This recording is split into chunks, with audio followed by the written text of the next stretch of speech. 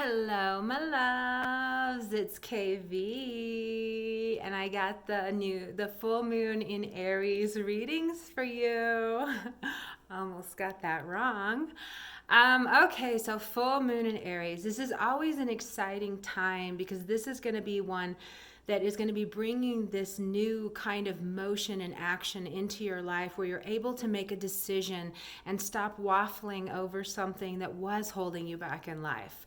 With the energies now, there's so much going on. There's not really just one theme. So there's a lot of different aspects that are coming in to help you kind of really realize how you are getting in your own way.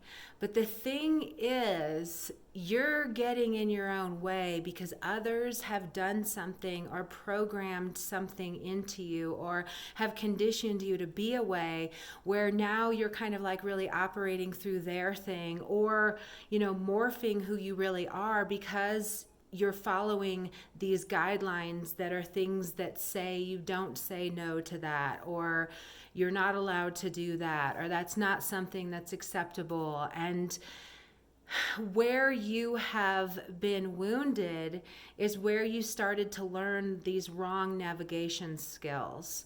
And being that all of us are wounded, we're all like not really going as we should. We're all going in wrong directions. We're all manifesting these things that are based on us taking on these wounds and now having these reactions around these wounds so that we keep manifesting these people who solidify the wounds for us.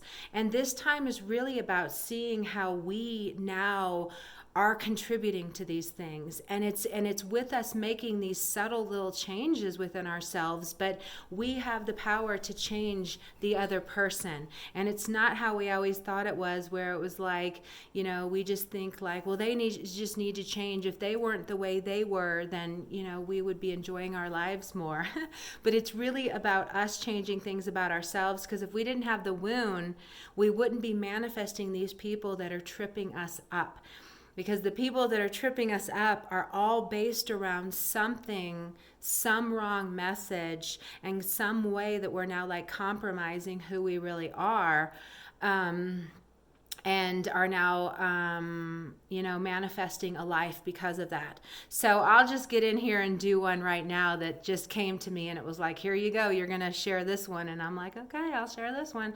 So basically, one of the things that I'm working on right now is that I am the worst, not anymore, but I'm really bad at saying no and letting someone down when I can feel how much they want me to say yes.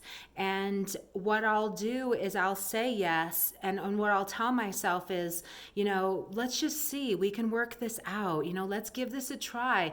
And because I can tune into people's higher selves, I'm always still giving them credit. I'm always going to be like, no, this person is so amazing. I really need to give this person all this credit. But basically, from the get-go, I started hearing warning signs, and I started hearing things where I was like, ooh, I should really be saying no to this. But I would still like not really listen to that no. I would turn all my no's into a yes. And what has happened, like where it really kind of hits in my life is in business related things, in hiring people, in kind of pulling people in to do work with me. That's when it really shows up, where I'm not honoring those no's in my bodies. And then I end up having this just disastrous thing to clean up. But what I want you guys to look at, because we all have things like this, but what I end up manifesting are people who then want to destroy me. So if things don't work out with things with me, I attract people who are like into gossip, or they like to talk bad, or they get off on that kind of thing. But this is where we always have to learn that we're equal parties in all the things that we manifest with people, and our side of it isn't exactly their side of it.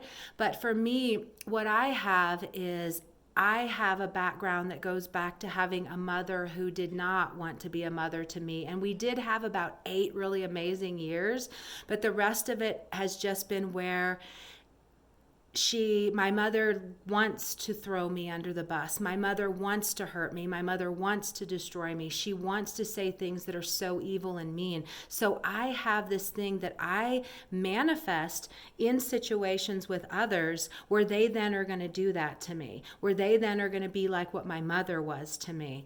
And the whole thing is that we've had it all mixed up because we think, well, this other person needs to change. We kind of always think of it as that it's on them to change. And what we're really realizing right now is if I don't say yes to these people that will come into my life as a test, if I say no to them, they won't do these other things to me to try to destroy me and to try to hurt me. So I won't manifest them. I won't give them the opportunity to express whatever they also have a pattern in doing that relates to being let down by people, or whatever kind of story they have, because they have another story that attracts people like me, that will be like, oh yes, I feel so wonderful about you.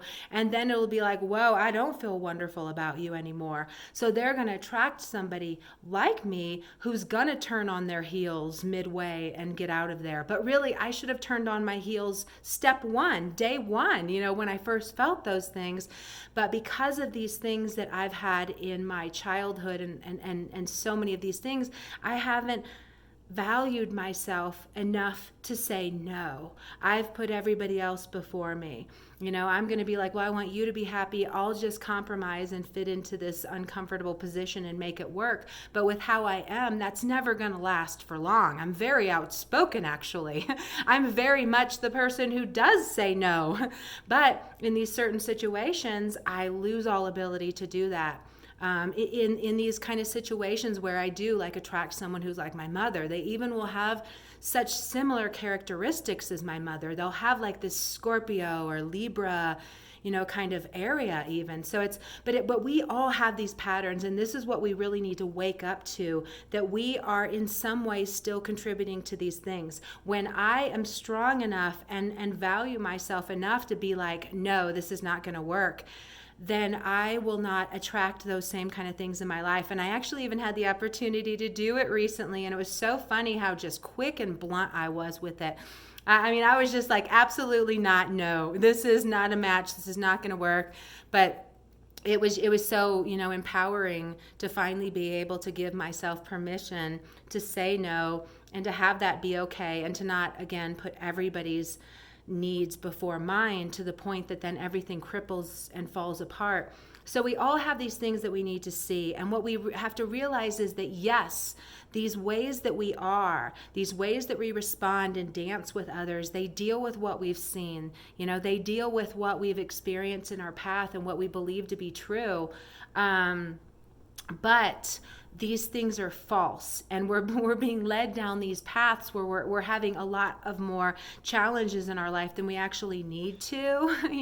We don't really need to struggle so much, but we need to see like why we attracted these people, and really kind of change it from like blaming everybody else or making it all about them, or really kind of like, because even like what I say, with my mom was such an amazing, gifted artist, so beautiful, so intelligent, knows a million times more things than me, probably a million times more gifted than me, has so much going on, but she never was able to blossom her life. And I always kind of felt like it was from how she was with me and how she had this just strong energy in wanting to hurt me or wanting to get other people to hate me, wanting to turn things around to make me so bad and horrible and getting off on it. And I always felt like if she could turn that around, she could like open up her life and blossom this other thing, because realizing I came into her life to trigger her in these ways. We all have these things with our mothers anyway, but it's not some really big mystery. If we actually like go into it and investigate it and want to be honest and open and vulnerable, we all kind of dance together in these ways. And it's really just like us learning how to not do this and to not, especially when it's being triggered by others to the point that now you're actually hurting your life because you're wanting to hurt them. Because what I believe is we are never allowed to hold that kind of energy and see our lives thrive. And it's the hardest thing to do, to not feel like left out because somebody else is winning, or to feel like everybody else gets and you don't get, or to feel like, to have these kind of strange feelings around certain people. We all have that is life, but there's something to it, and there's always something deeper that relates to how you've been hurt. And it's so important that we're not disempowering people because they threaten us or hit some wound in us or don't give us what we need, or because they come into some awkward dance like I attract with my work, where it's then like this just nasty thing. And it's like, for me, what's really funny, because I was talking about it recently, I was like, so basically I'm going to hurt the person no matter what. And that's what I've really realized. But basically, we're going to both get really hurt if it goes too far. So it's better to just, if we have to hurt the person, then we have to hurt the person, because we have to value ourselves enough to know that it's more important to speak our truth and to not walk down these other paths that are just going to keep squeezing the life out of us anyway, because life is built on all these tests that we're just supposed to pass like this. It's all like, sometimes when I really like grasp into the mechanisms of life, I'm like, it's kind of like a joke. It's kind of like, it really is that board game life, which I think is what it's called even. Isn't it called life? It's really like that board game. It really is. And if you do this, and if you kind of know that these things are coming up and the ways that they're going to trip you up, you can like even with these readings, it's always like I'm trying to help you see this is what you're learning right now. Yeah, it might be uncomfortable. Yeah, you might be embarrassed. Yeah, you might feel like a loser or whatever the thing is. But it's like the point is you need to feel this and then allow this other thing to rise out of you wanting to create change. And that's where we're at right now with the energy. Something has you uncomfortable, or something has you awakening to something where you can't do that anymore. You can't play a part in that anymore. You can't live in those ways anymore, because there's something else inside of you that wants to express. And you've been walking this, even with me, what I've seen from me not saying, yes, or for me saying yes when my body was like, no, no, no, no, no, I've been able to piece things back.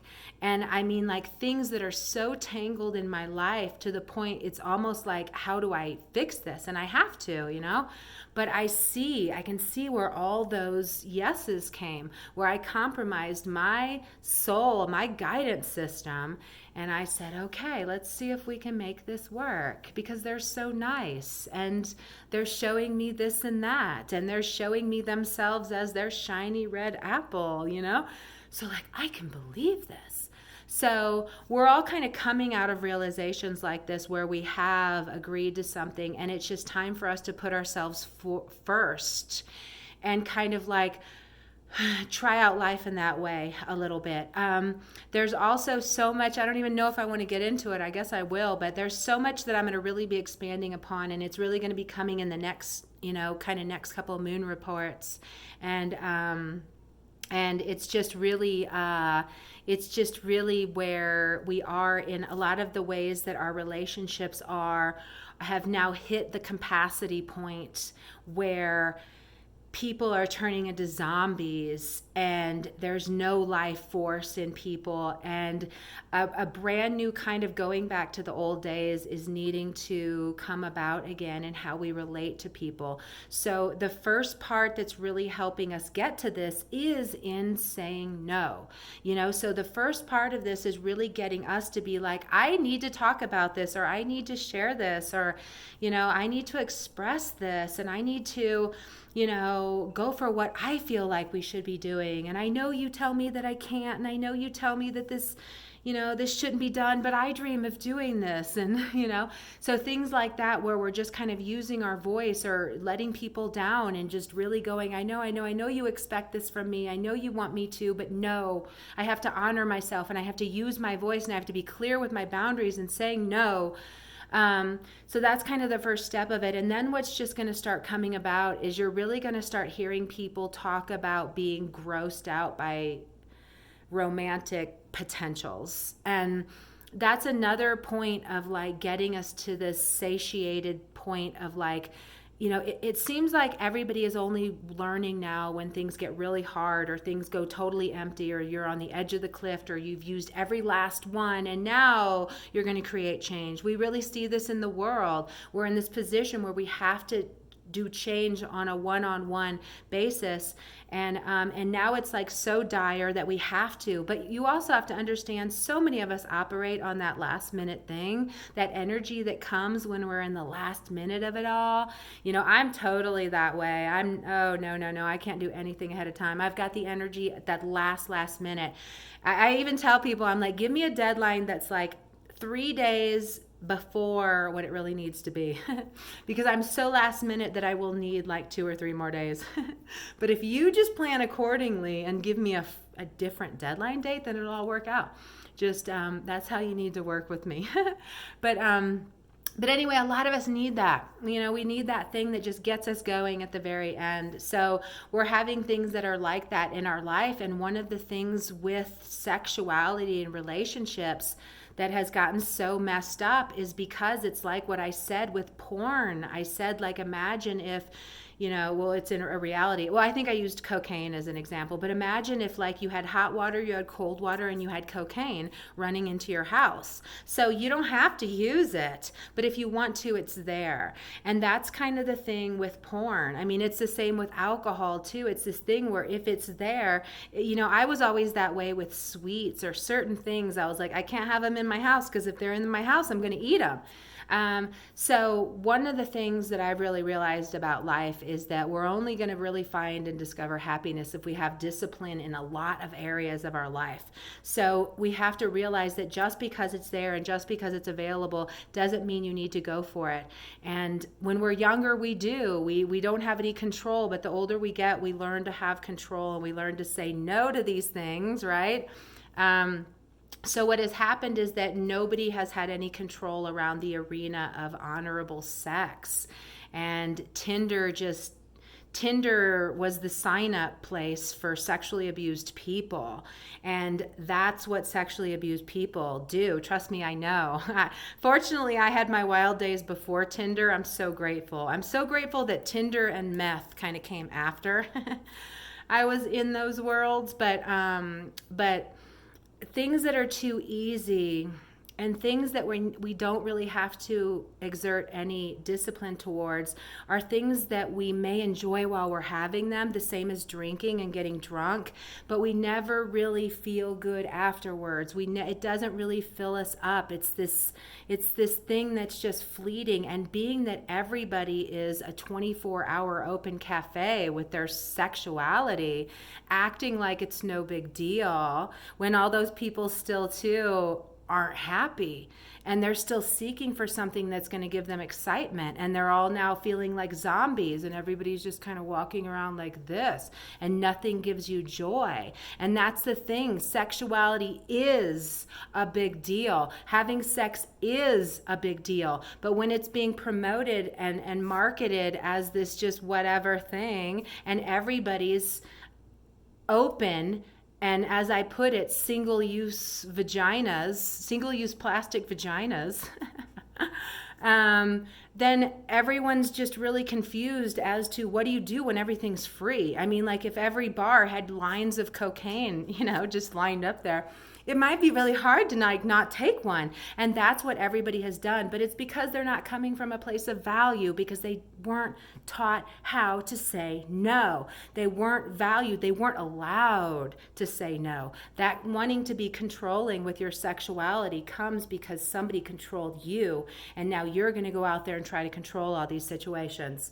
Again, trust me, I was there. I have another friend, we want to do like a comedy skit on this, because how people are when they've been sexually abused. We're so liberal, we're so open, we think we're so free, we think we're so evolved with the way that we are so loose with our bodies and our sexuality. But then we get older and we're like, oh my gosh.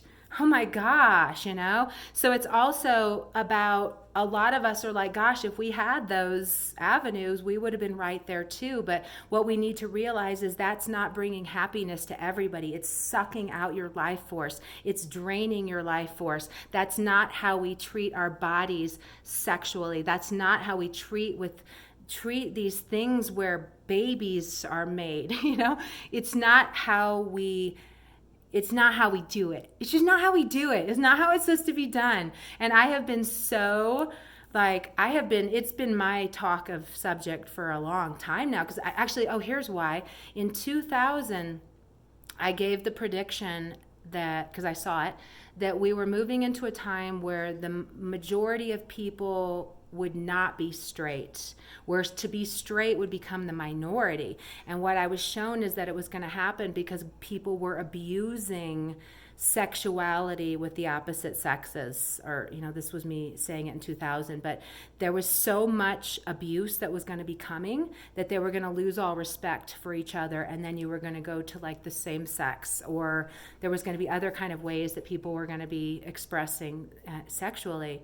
And I made that one in 2000, so it was before Tinder, and now I really kind of see that happening, because now I hear people talking about how grossed out they are about, and men too, men are even saying it, like being really grossed out about how everyone's a 24-hour cafe. There's no challenge, that excitement is gone. There's not the getting nervous and wanting to impress them, and when it's just like whatever, it's just whatever, and it's just this line of Coke. It's a hit of a drink. So I'll be talking about this a lot more, because I really want to go back into what this requires for us to reboot and to get back into actually wanting to have relationships with each other. I'm always so stoked when I see people in relationships now. I'm like, good for you trying that. I always tell people too, I was like, whenever you see, we'll go over that another time. I have all these things about how we treat that,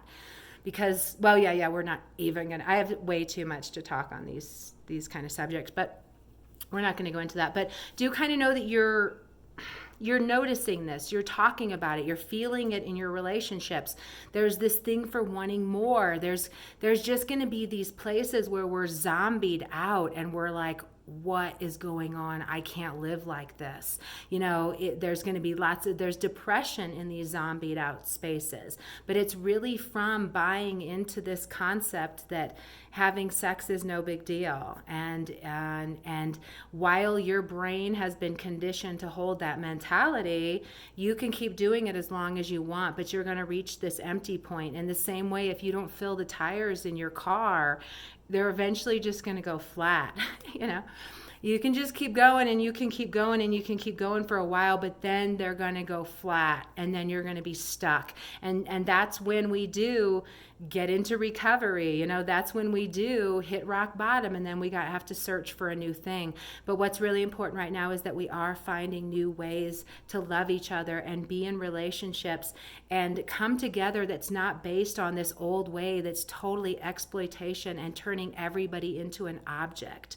We're all just looking at each other as objects now, and that's so gross. And it's something that's so fleeting too. And that's not what we want. We're here to love and to share and to get to know people, and to not just like do these things that feel great, they're lots of fun, you can get such an exciting rise, but you can get this other kind of rise that's like 100,000 times better when it's in these other kind of, when there's these other kind of components and bringing it together. One, coming from a position where you value yourself, and two, coming from a position where you've attracted somebody else who values themselves, and they've worked so well that they've been able to manifest you, and where people are conscious and aware of what we're doing as we come together to dance together. So this is going to be just something growing, but these are kind of the first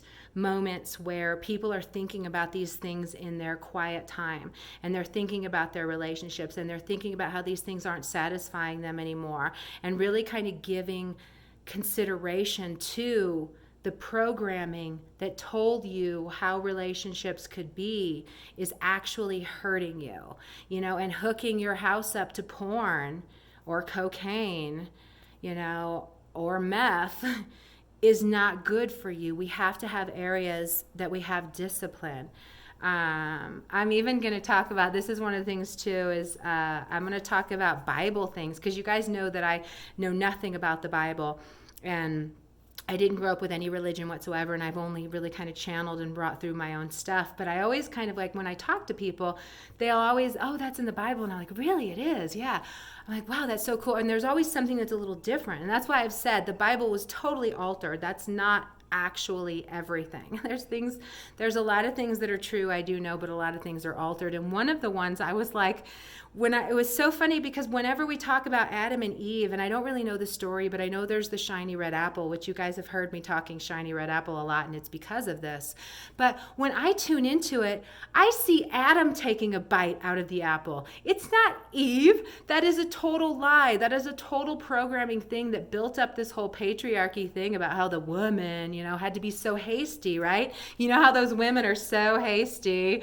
Nothing like how a man is, right? Nothing like how masculine energy innately is to just go for something, Nothing like that. I'm sure Adam was like, no, Eve, don't do it. I'm sure that's how it was. So no. What I see, no, is absolutely Adam. So you have to understand that we've been told these things wrong. But if we hold these mentalities in our brain, we're just going out there living them and believing that this is how it is. But there's a lot that we have to reconsider. Even that one. Since when are women totally hasty?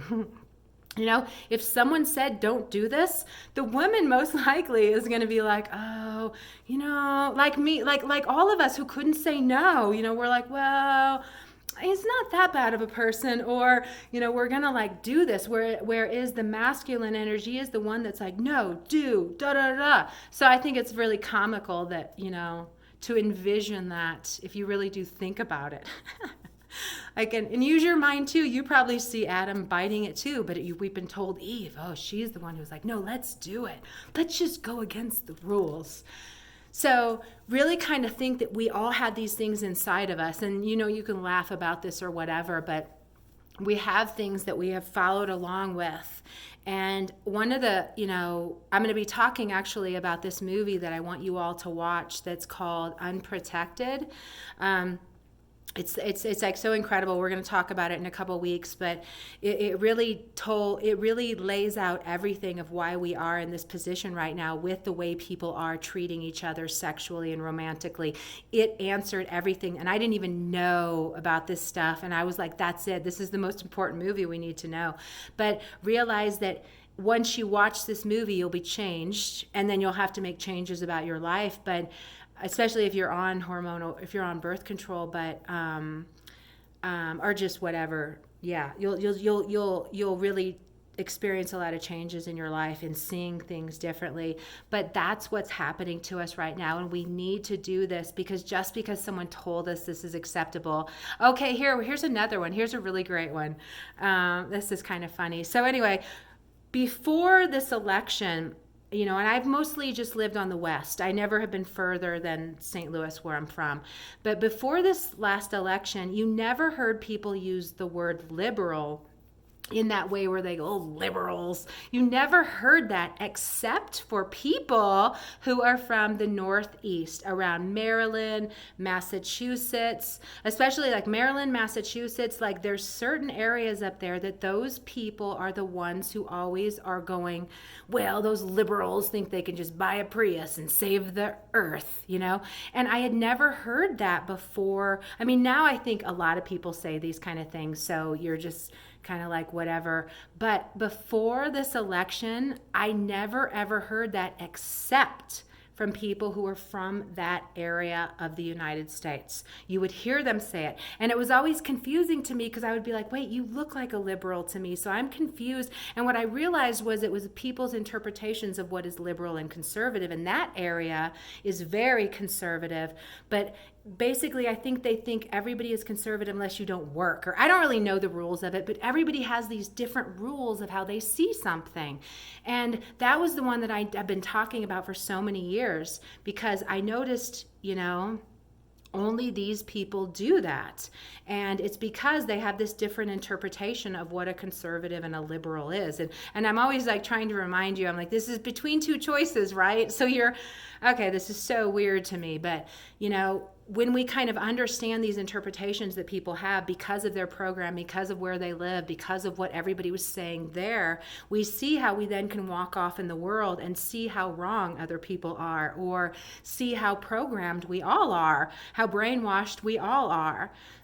So there's lots of like liberating force coming with that, and really kind of showing us, hey, there is another side. And are you really holding the right side? Are you really on the right side? Are we not all on the same side?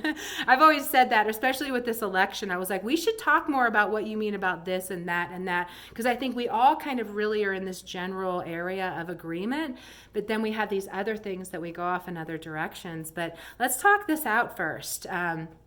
And use our voices and our ability to say no when we don't agree, and don't just ride along and get into these other things. But realize that we are in a space of recognizing our mental things and how they have shaped us, and how we can actually have this other kind of life if we see how we have agreed to these things that are not the best things for us. And again, how the energy is building, or how it has been for some time, is that our feelings, have been getting stronger to us. So they're also really showing us and helping us see and feel our way through what intellectualized concepts maybe aren't fitting into the kind of life that we're thinking about living now. Yeah. Okay. I think I'm actually 30 minutes. That was what I wanted to do. I think we're going to stop here now. I'm almost done with the full moon written readings, so I'll have those for you too, probably when I share this video. And I hope we had fun today. And I will be back with the next new moon. Actually, new moon, we're going to do a new moon reading, but I'm also going to be doing podcasts for each sign. So I'm kind of switching my gear to doing written readings for the full moon, podcasts for the new moon, and then the daily readings every day. And then those come a week early in the Moon Vibe Guide. So I'm keeping you completely armed with the energies and with what's going on. So at least you're now knowing this is why you're feeling this right now. This is why you're feeling things that are out of balance. But also this is why, even if it's painful, you're seeing what you need to see, and you're seeing what decision you need to make, and you're seeing that something has to happen, and it's coming from the voice deep within you that has needed to do this for a long time. Anyway, this is no big mystery coming your way. You've needed to do this. You've just needed to see it from this other side, and seeing why you were attracting this, or why you were doing this, or why you so naturally were falling into this way of being that now just is ready to upgrade. So the pain is okay, but we do need to be more direct in like clearing the stuff up and doing what we have to do that we feel inside we definitely need to do, because nobody else is leading our life. Nobody else is driving our life. We're the ones who have to make these decisions and walk them. So making the decisions for the other means we have to walk it. And as I talked to you earlier, it didn't work out that well for me. So I don't think it's going to work out that well for you. Okay, so I had fun. I will see you soon. Okay, I love you. All right, bye.